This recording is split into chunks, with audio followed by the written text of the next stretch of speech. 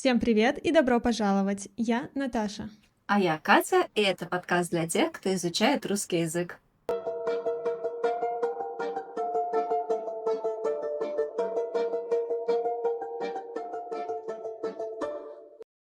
Ну что, я тут прочитала интересную статистику и узнала, что примерно 70% людей испытывают синдром самозванца. Так что же такое синдром самозванца?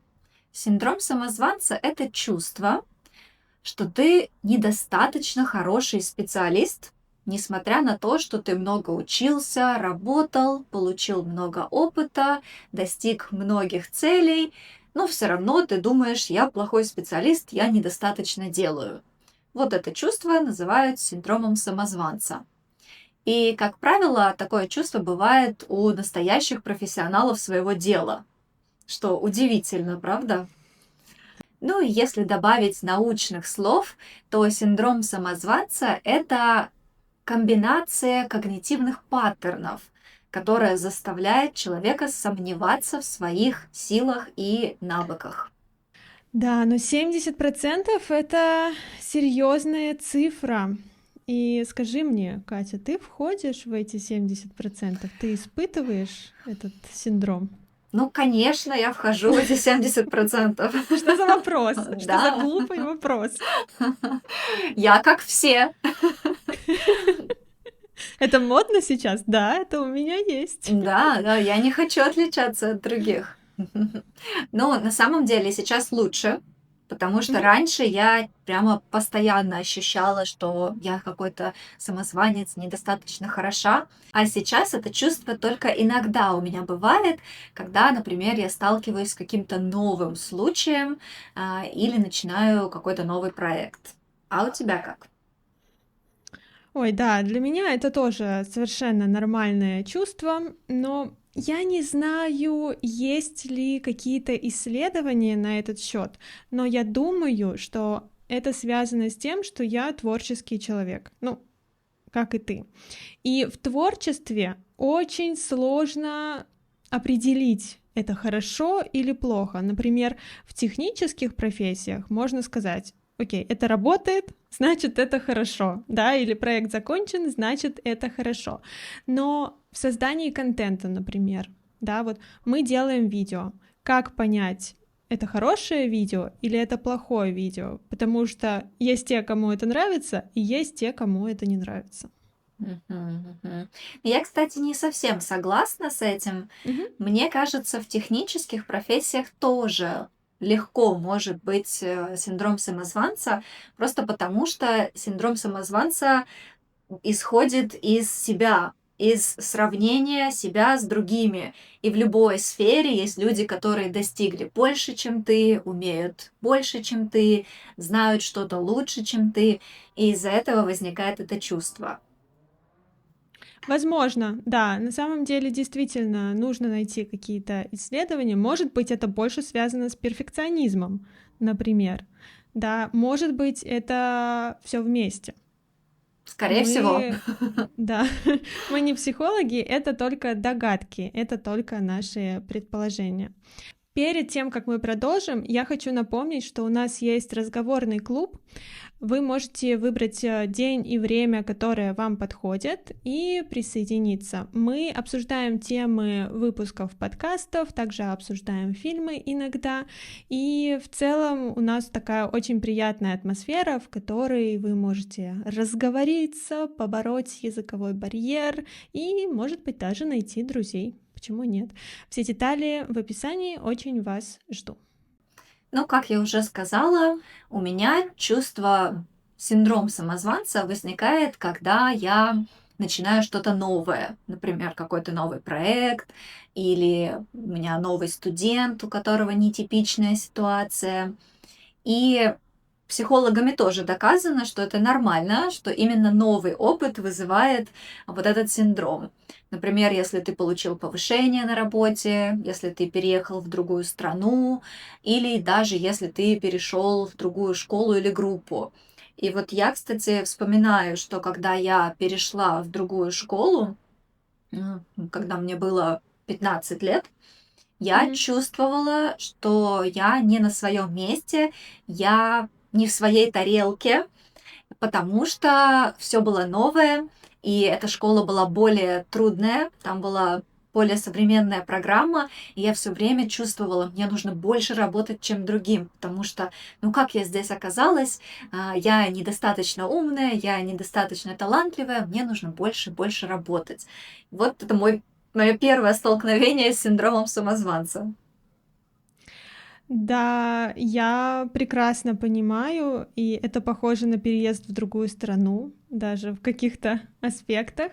И переезд в другую страну — это тоже, конечно, очень нервное событие, и сопровождается синдромом самозванца, сопровождается тревогой, иногда депрессией. Но мне кажется, в этой ситуации мы можем использовать не только фразу «синдром самозванца», но и просто слово «самозванец», потому что ты такой в новой атмосфере, да, пытаешься притворяться своим, да, как будто ты один из них, но на самом деле внутри ты понимаешь, что нет. Мгм. И мне еще кажется, что когда переезжаешь в другую страну, все эти чувства, вроде депрессии, синдрома самозванца, они не проявляются ярко, потому что у тебя новые впечатления, тебе как бы все нравится, ты живешь эту новую жизнь, но где-то там глубоко внутри ты чувствуешь, что ты здесь не свой, что здесь все по-другому, и тебе нужно адаптироваться. Да, это происходит после этапа эйфории, Мгм. да, потому что на этапе эйфории все супер, тебе все нравится. У тебя был этап эйфории? Ух, это вообще трудный вопрос, потому что я Мгм. переехала в очень турбулентное для нашей страны время. И, конечно, все позитивные чувства от переезда, они были немного приглушены а, всем негативом, который я испытывала в тот период. Но в целом, конечно, да, конечно, новая страна, новые места, новые люди — это приключение. И, конечно, это какой-то позитив, это что-то новое. Но бывает по-разному. Да, я согласна с твоим описанием этого опыта, и поэтому, наверное, в ближайшее время точно у нас не будет выпуска о переезде в другую страну. Слишком Да. больная тема. Мгм. Ну и вообще, кажется, сейчас кто-то мог подумать: "Ой, синдром самозванца, а зачем вообще это обсуждать? Какая-то психология". Но на самом деле в русском интернете очень часто можно услышать этот термин в комментариях, в видео. И мне кажется, это происходит потому, что в целом в России сейчас подъем интереса к психологии. Люди Мгм. читают психологические книги, ходят к психологу и, конечно, обсуждают с друзьями, какие травмы у них есть. Да, плюс еще это гонка за успехом и сравнение себя с другими. А достаточно ли я делаю? А вот мой друг или коллега или знакомый делает больше. Почему я такой лузер? Я тоже могу делать больше. И говоря об этой гонке за успехом, я хочу поблагодарить Испанию за то, что она помогла мне преодолеть это чувство все время гнаться за успехом, потому что здесь как-то хочется наслаждаться жизнью здесь и сейчас, и уже не думаешь, что работать 24/7 — это хорошая идея. Это также может быть каким-то плохим фактором, да, но я думаю, этого со мной не произойдет, по крайней мере сейчас. Но я рада, что после Москвы, после этого бешеного ритма Москвы, у меня получилось так немного замедлиться и даже немного расслабиться в плане гонки за успехом. На самом деле, то, что мы сейчас рассказали о сомнениях специалиста в своих силах, может быть и позитивным, поскольку многие люди спорят, что Инверсия, дамы и господа. да, многие люди спорят, что ну, хороший специалист должен сомневаться в себе. Если он не сомневается, значит, он уже слишком самоуверенный, и это может привести к плохим последствиям. Ты что думаешь? Но мне на ум сразу приходят лидеры некоторых стран, которые в себе совершенно не сомневаются, а надо было бы. Ну ладно, это совершенно другая тема. Я не знаю, мне кажется, здесь, как и везде, нужен этот баланс. Слово, которое, наверное, уже не нравится всем, да, уже всех триггерит слово баланс. Но, например, если у тебя специалист сомневается в себе и плачет в углу, это плохо. Да, или если он не сомневается в себе, и он с короной на голове просто сидит и делает какую-то полную ерунду и не хочет больше развиваться, это плохо, да, то есть опять есть крайности, между которыми нужно балансировать. И у нас есть целая жизнь, чтобы научиться балансировать. Какой философский вопрос поднялся, действительно.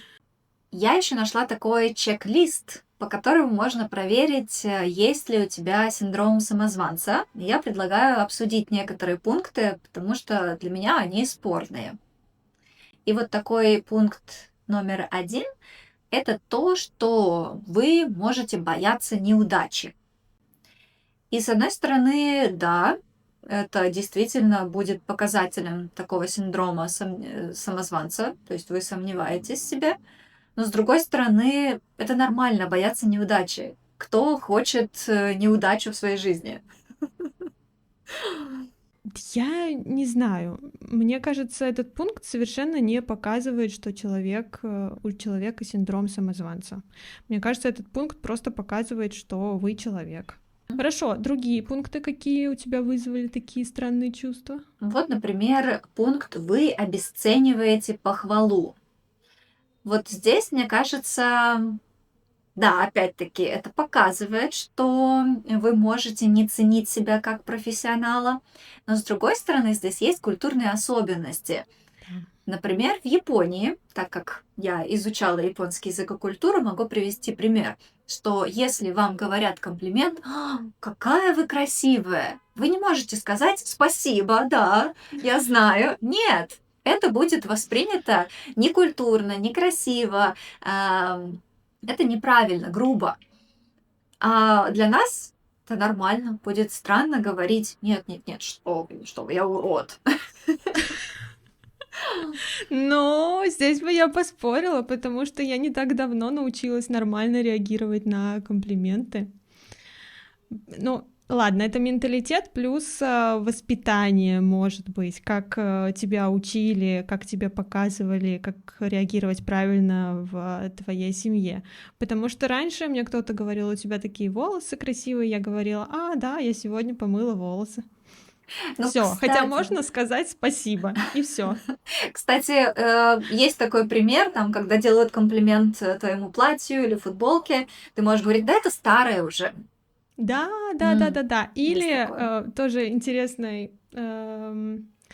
ответ на комплимент. Я так никогда не отвечала, но мне кажется, это забавная ситуация. Девушке сделали комплимент по поводу ее внешности. Она ответила: «Доброе слово и собаке приятно». Окей, интересная реакция. Просто скажи спасибо, и все, ничего больше. Ну, да, наверное, здесь похвала именно, что вас кто-то хвалит за вашу работу, и вы говорите, что нет, это просто хорошие обстоятельства или хорошее время для этого проекта. Хотя на самом деле тоже можно было сказать спасибо, я долго работал, и я рад видеть результат этой работы, например. Да. Есть еще такой пункт, вы уверены в том, что обманули окружающих. И в целом, конечно, это прямо такое описание синдрома самозванца. Но с другой стороны, действительно есть ситуации, когда люди обманули окружающих. Например, собрали в резюме Да. или работают не по специальности и не стараются развиваться в этой области. и просто какими-то хитростями, какими-то улыбками, там, не знаю, какими-то своими способами продолжают занимать эту позицию. И тогда вам нужно бояться разоблачения и нужно чувствовать себя, что вы обманываете. Тогда у вас не синдром самозванца, а вы просто самозванец. Когда я посмотрела эти пункты этого чек-листа, я подумала, что они, большая их часть мне не подходит. Потому что, не знаю, вначале я думала, окей, мы сейчас запишем этот выпуск и подтвердится то, что у меня есть синдром самозванца. Но когда я посмотрела пункты, не знаю, вы хотите быть особенным и самым лучшим. Я не знаю, как это относится к синдрому самозванца, если честно. Да, здесь можно долго рассуждать о том, нормально ли для человека хотеть быть особенным и самым лучшим, но как это связано, я не знаю. Если эти пункты верные, то, наверное, у меня нет никакого синдрома самозванца, и просто это мода на этот синдром, и я его... И я подхватила этот вайб. Я не знаю, у тебя какие чувства от этого чек-листа? Да, я согласна. Когда я его прочитала, я подумала, ну, ко мне это не относится. Но может быть, это из-за того, что в нашем случае синдром самозванца приходит и уходит, и в какой-то момент сомнений мы бы почувствовали себя по-другому и решили бы, да, наверное, все-таки есть у меня эта проблема. Может быть, это тоже очень хороший пункт, о котором я тоже хотела сказать, что иногда, например, я думаю, да все у меня в порядке.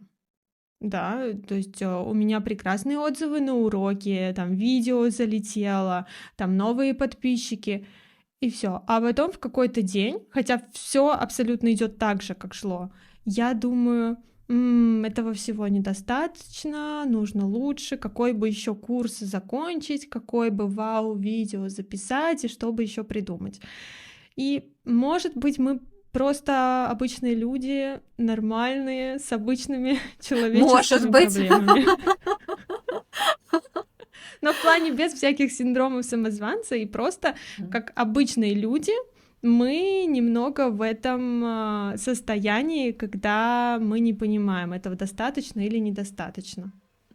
Да. И мне кажется, здесь будет очень подходяще вставить небольшую просьбу к подписчикам. Если вам нравятся эти подкасты, если вы считаете нас хорошими специалистами, дайте нам знать, пишите, нам всегда приятно. Нам всегда радостно и приятно читать ваши комплименты. Да, хорошие комментарии действительно, они дают такой стимул. Мы думаем, мы зря сомневались, что эта тема будет плохой, или что на видео что-то выглядит или звучит плохо, например. Да, спасибо всем большое, кто, я знаю, пишет комментарии просто в поддержку канала и в поддержку этого проекта.